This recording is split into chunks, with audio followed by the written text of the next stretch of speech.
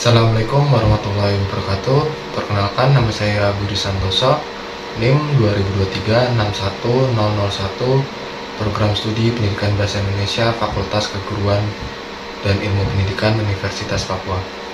Hari ini saya akan membacakan resume sebuah cerita dari suku Jawa, yaitu Jakataru.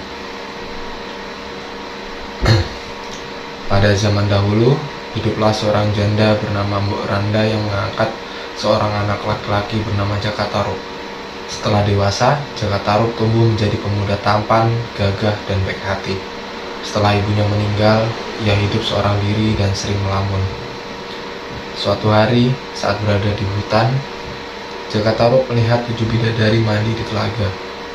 Ia terpikat dan mencuri salah satu selendang milik bidadari bernama Nawang Wulan. Karena kehilangan selendang, Nawang Wulan tidak bisa kembali ke kayangan.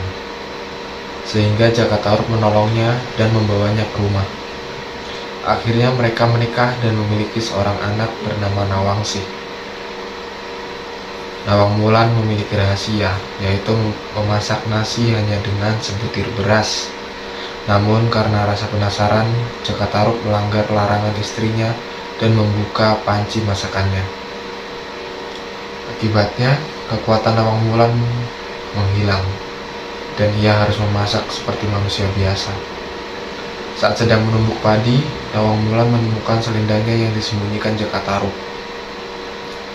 Merasa kecewa dan marah, Nawang Wulan kembali ke kayangan, meninggalkan suami dan anaknya. Ia hanya sesekali turun ke bumi untuk menyusui Nawangsi, dengan syarat Jakataru tidak boleh menemuinya. Sejak saat itu, Jakataru hidup sedih dan menyesal atas kesalahannya. Yang berikutnya yaitu unsur budaya dalam cerita Jakataru dan Nawang Wulan. Yang pertama itu sistem religi atau kepercayaan. Dalam cerita ini terdapat kepercayaan pada makhluk gaib seperti bidadari atau bidadari dari kayangan. Yang kedua itu sistem kemasyarakatan.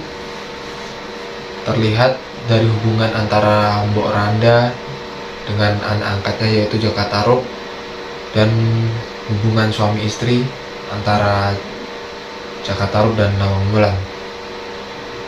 Dan ada juga anaknya yaitu Nawangsi. Yang ketiga yaitu sistem pengetahuan. Jakataru tahu caranya hidup di alam dan berburu, sedangkan Nawang Wulan punya pengetahuan dalam memasak nasi dari sebutir beras, walaupun itu hanya kekuatan gaib.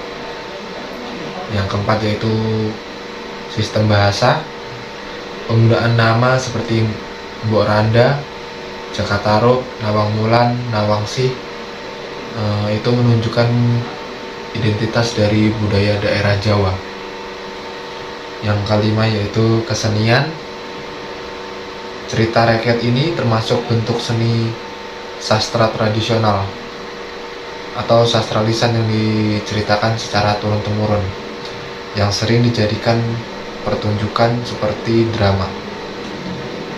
Yang keenam yaitu mata pencarian. Sistem mata pencarian di cerita ini yaitu sebagai petani, ada juga tadi berburu, mencerminkan masyarakat agraris. Peralatan hidup yang terdapat di cerita ini panci, lesung, dan alu, yaitu alat untuk menumbuk padi.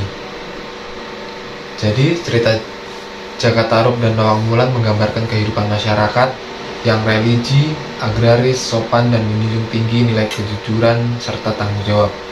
Dari cerita Jakataru dan Nawang Wulan, kita belajar untuk selalu menepati janji, bersikap jujur, menghargai kepercayaan, dan bertanggung jawab atas setiap perbuatan kita.